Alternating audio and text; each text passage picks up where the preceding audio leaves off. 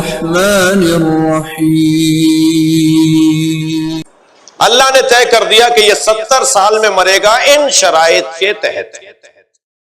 वो शराइत लिखे हुए हैं लोहे महफूज इस बात पर, और 70 साल में मरेगा ये लिखा हुआ है लोहे महफूज के ऊपर। मैं अगर शराइत बदल लूंगा तो 70 साल भी बदल जाएंगे। मुमकिन है 50 साल हो जाए और मुमकिन है 100 साल हो जाए। उधर शर्त बदलेगी, इधर मेरी तकदीर बदलेगी। मेरी उम्र है 70 साल, अल्लाह ने लिख दी अगर ये इस तरह से जिंदगी गुजारे, और अगर तब्दीली करेगा तो यहां भी तब्दीली हो जाएगी। एक दिन जनाबे सैयदा ने मौला को सलवात पढ़े जरिए अदा किया था।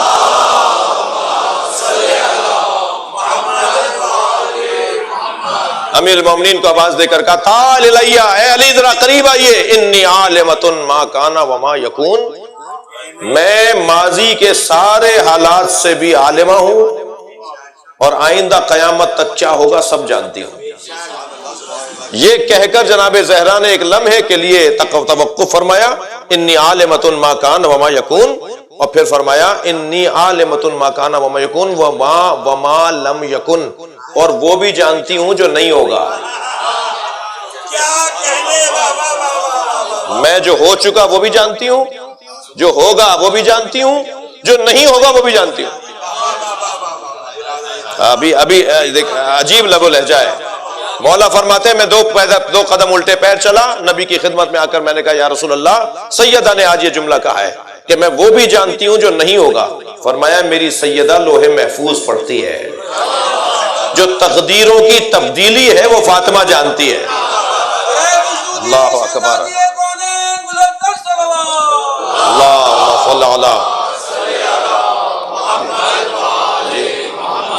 दिक्कत फरमाई आपने। क़ज़ा व क़दर इलाही, मैं अपनी उम्र को तब्दील कर सकता हूँ। हजरत मूसा ने फरमाया एक शख्स को कि 1 हफ्ते के बाद मर जाएगा, वो नहीं मरा 1 हफ्ते बाद। हवारियों ने आके बताया कि वो तो बाजार में नजर आया। हजरत मूसा ने फरमाया उससे पूछो कि उसने गुज़िश्ता दिनों क्या क्या फेल अंजाम दिए। मालूम हुआ जी उसने एक भारी सदका दिया था। हजरत फरमाया सदके से इसकी उम्र बढ़ गई। मेरे एक मासूम इमाम के जमाने में एक शख्स को हजरत ने देखा, हजरत फरमाया इसकी उम्र कम है, ये कुछ दिन का मेहमान है। वो कुछ काफी अरसे बाद नजर आया। पूछने वालों ने पूछा मौला ये तो जिंदा है। हजरत फरमाया इससे पूछो इसने क्या किया है उन दिनों में जिन दिनों में इसकी मौत थी।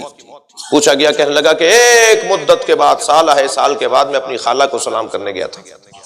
हजरत फरमाया सदका भी उम्र बढ़ाता है, सिला रहमी भी उम्र बढ़ाती है। रिश्तेदारों से मुलाकात, रिश्तेदारों से मिलना, इससे भी उम्र बढ़ती है, सदका देने से भी उम्र बढ़ती है। तो मैं चाहूं तो अपनी उम्र बढ़ाऊं, मेरे अपने हाथ में है। वालिदैन के आगे चलने से हर कदम पे जिंदगी का एक दिन कम होता है। जवान अल्हम्दुलिल्लाह बैठे हुए हैं, ये जरा पल्लू से बांध के जाएं। हर कदम जो माँ बाप के आगे उठ रहा होगा ना, जिंदगी का एक दिन कम। 50 कदम उठाएं 50 दिन कम, और पीछे अगर चलेंगे वालिदैन के तो हर कदम पे जिंदगी का एक दिन बढ़ेगा। तो मैं अगर जिंदगी बढ़ाना चाहता हूं तो एक तो वालिदैन के साथ साथ चलूं, साथ साथ रहूं, और साथ रहने में भी उनके पीछे चलूं ताकि मेरी उम्र बढ़ जाए। आपके इलाके की एक जरूरत की बात है, वो कह देता हूं। हमारे यहां जदीद दुनिया में आजकल बड़े फख्र से कहा जा रहा है कि मेरा बच्चा तो मेरा दोस्त है, मेरा बेटा मेरा दोस्त है। इस्लामी तालीमात के खिलाफ है ये कुरान और हदीस के खिलाफ है। बेटा है, आपका दोस्त नहीं है जी। रोशन फिक्री ये नहीं है कि कुरान के खिलाफ चले जाएं और अहले बैत के खिलाफ चले जाएं।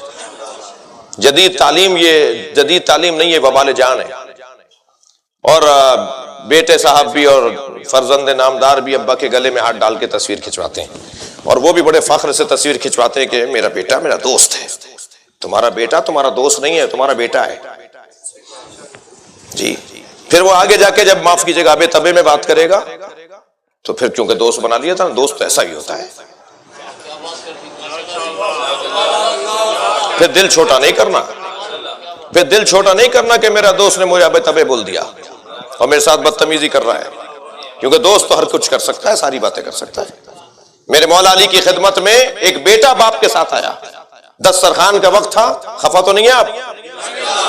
दस्तरखान का वक्त था, मेरे मौला ने हजरत कंबर को फरमाया कि लोटा लेकर आओ और सिलपची भी लेकर आओ। हजरत ने बाप का हाथ धुलाया और कंबर से कहा बेटे का हाथ तुम धुलाओ, और बेटे की तरफ देख के फरमाया अगर अकेले आए होते तो तुम्हारा हाथ धुलाता, तुम बाप के साथ आए हो, दोनों को बराबर नहीं कर सकता।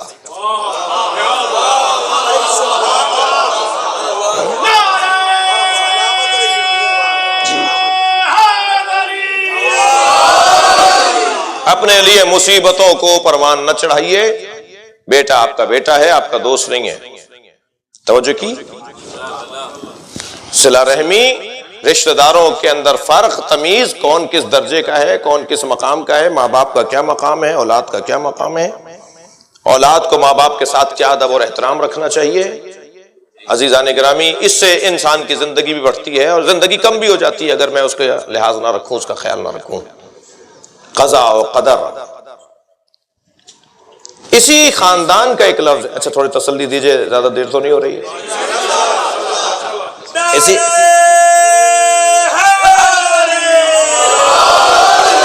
इसी खानदान का एक लफ्ज है मुक़द्दर, तकदीर, कुदरत, कदर, इसी खानदान के अल्फाज हैं।